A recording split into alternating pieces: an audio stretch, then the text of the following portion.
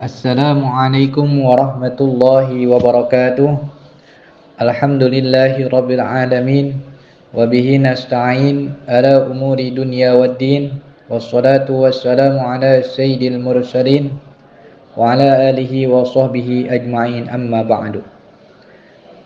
Pada kesempatan ini saya akan menanggapi daripada saudara Hanif Farhan yang sudah mengkritik hasil kesimpulan munadharah di Kesultanan Banten. Sebelumnya saya teringat di dalam kitab Sulamun Nawwarah karangan Al-Imam Syekh Abdurrahman Al-Akhdari, izkila kam muzayyifin sahiha li ajli kauni fahmihi qabiha. Dalam peribahasa tersebut, berapa banyak orang yang menyalahkan sesuatu yang benar karena pemahaman buruk dia. Pemahaman buruk dia terhadap kebenaran yang dia anggap sebagai salah. Sehingga yang pertama oleh Hanif Farhan dikritik daripada hasil munadharah, yaitu dalam muqaddimah alhamdulillahi al-munazzahi anil asbahi wal ans wa ashhadu an la ilaha illallah. Jadi yang pertama oleh saudara Hanif Farhan yang dikritik adalah lafad wa ashhadu alla. Coba kita tonton videonya. Pertama dari lafad wa ashhadu ya. Ini tinjauan dari sisi wasol dan fasol. Itu kalau teman-teman berbicara tentang wasol dan fasol itu tidak asing ya dari kalangan pesantren. Al waslu atfu jumlatin alal ukhra bil wawi wal faslu tarku hadzal atfi. Begitu kira-kira ya kaidah tentang fasol dan wasol. Lafad wa ashhadu di situ seharusnya tidak menggunakan waw. Dalam ilmu balaghah ini dikatakan fasol. Yang tepat di dalam lafaz wa ashhadu itu bukan waw huruf atop, melainkan waw isti'nab. Sebagaimana pembahagian waw yang tertera di dalam kitab Mughnil Labib jilid awal Shahifah 674 hingga 693 terbagi menjadi 11. Yang pertama waw huruf atop di muntakil jam'i, yang kedua waw isti'nab, yang ketiga waw haliyah, yang keempat waw bimana ma'a, yang kelima waw dakhila alal mudhari'il mansub, yang keenam waw qasam, yang ketujuh waw ruba, yang kedelapan waw zaidah, yang kesembilan waw tsamaniyah, yang kesepuluh waw dhamir muzakkar, yang kesebelas waw alamatil muzakkar bilughatit thayyi. Jadi yang dimaksud di dalam lafad wa asyhadu itu wawnya waw isti'nab, bukan waw atop. Sehingga kalau waw atop memberikan faidah wasol, sedangkan lafad wa asyhadu jumlah saniyah yaitu adalah berupa jumlah fi'liyah, lafad alhamdu jumlah ula berupa jumlah ismiyah. Tidak bisa jumlah fi'liyah diatofkan terhadap jumlah ismiyah, sebagaimana yang tertera di dalam kitab Johar Maknun tafsil lada tauqidi wal ibdali li nuqtatin wa niyati su'ali wa adami tasriki fi hukmin jara aw ikhtilafin talaban wa khabara. Jadi simpulnya waw di dalam wa asyhadu itu waw isti'nab, sehingga waw istinab bisa masuk kepada kalimat isim ataupun kepada kalimat fi'il.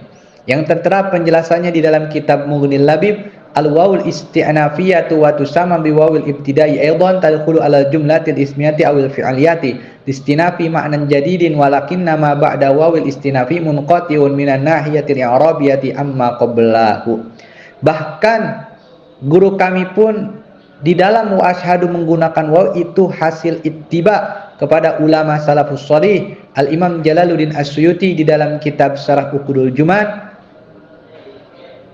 dan di dalam kitab Lubul Lubab.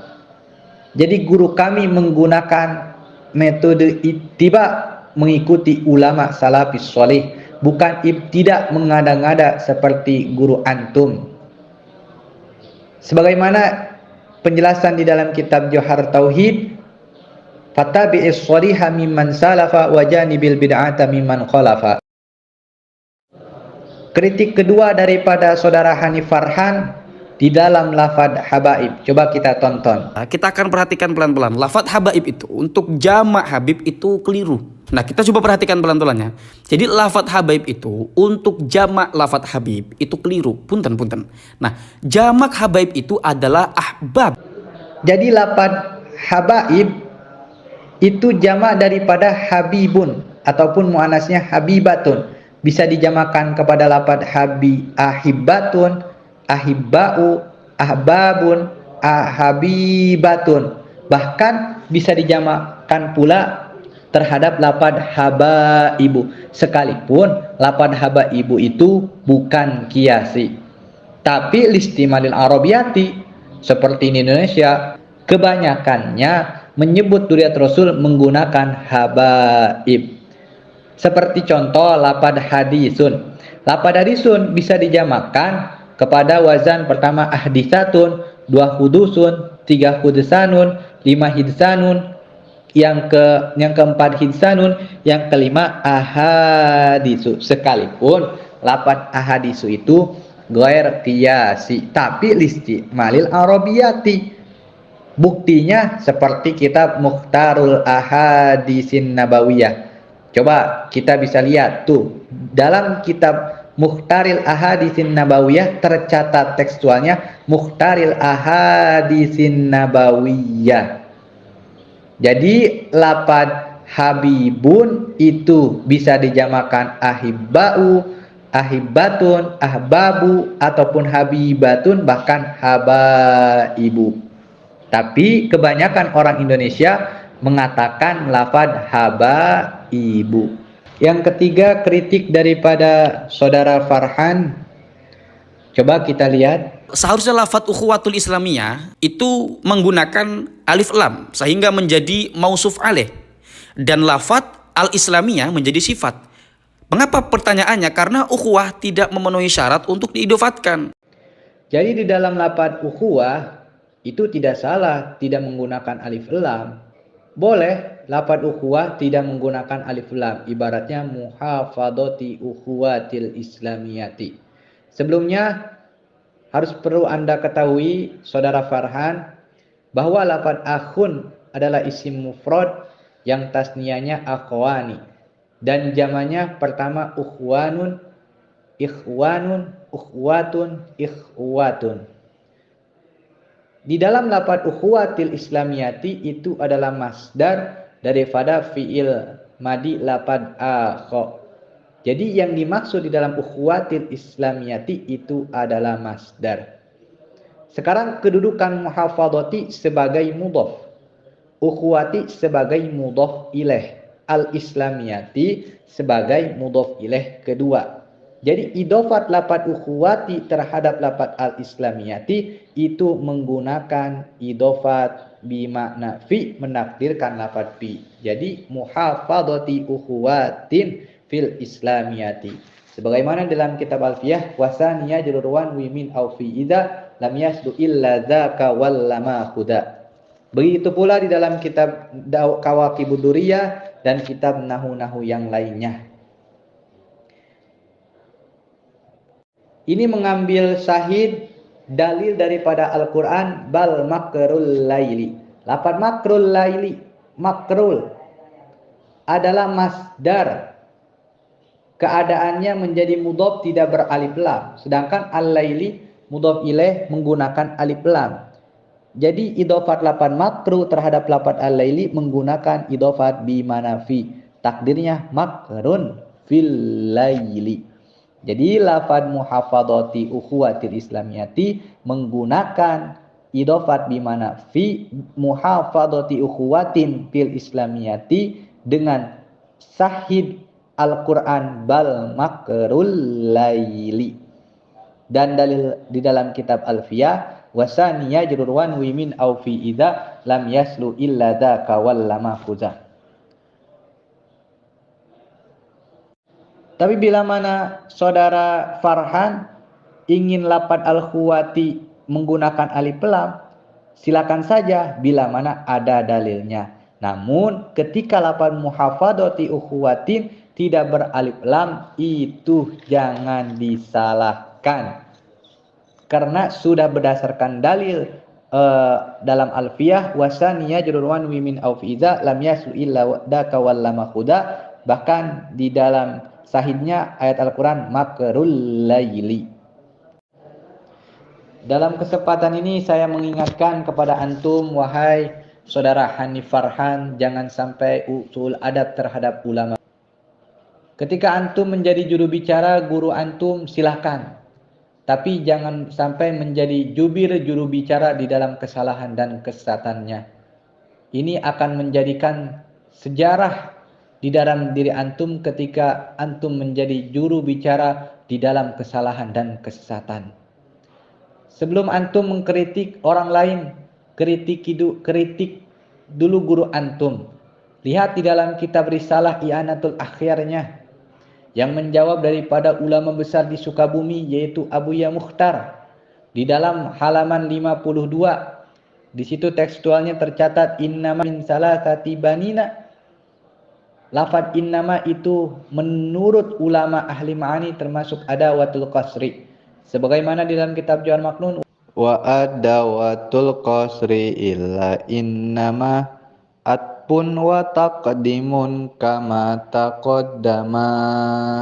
Dan menurut di dalam kitab Uqudul Juman, wa innama wa ma asobal jahidu ka innamallahu ilahun wahidu. Jadi lafaz innama, lafaz inna termasuk kima zaidah sesudahnya huruf lafaz min, tidak bisa huruf masuk terhadap kalimah huruf. Jadi sehingga yang tepat itu adalah innama huwa min salasati banina.